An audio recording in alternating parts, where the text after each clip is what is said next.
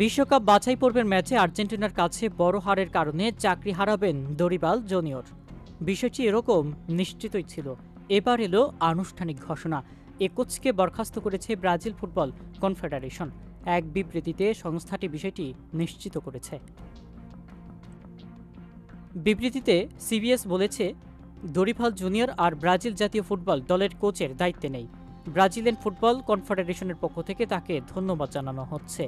একই সঙ্গে তার আগামী দিনের পথ চলার জন্য সফলতা কামনা করা হয়। এখন থেকে তার বদলি খুঁজে নেওয়ার কাজ শুরু হবে। গত বছরের জানুয়ারিতে ব্রাজিলের প্রধান কোচের দায়িত্ব পান দরিবাল। তার অধীনে ২০২৬ বিশ্বকাপ বাছাই পর্বে ১৪টি ম্যাচ খেলেছে ব্রাজিল। এরই মধ্যে হেরেছে ৫টিতে। দলটির জালে বল ঢুকেছে ১৪ বার। আর বিশ্বকাপ বাছাইয়ের ইতিহাসে আগে কখনো এত ম্যাচ হার কিংবা এত গোল হজম করেনি ব্রাজিল। সবশেষ ম্যাচে আর্জেন্টিনার কাছে ৪-১ গোলে হেরে যায় তারা। ইতিমধ্যে দরিবালের বিকল্প ভেবে রেখেছে ব্রাজিল।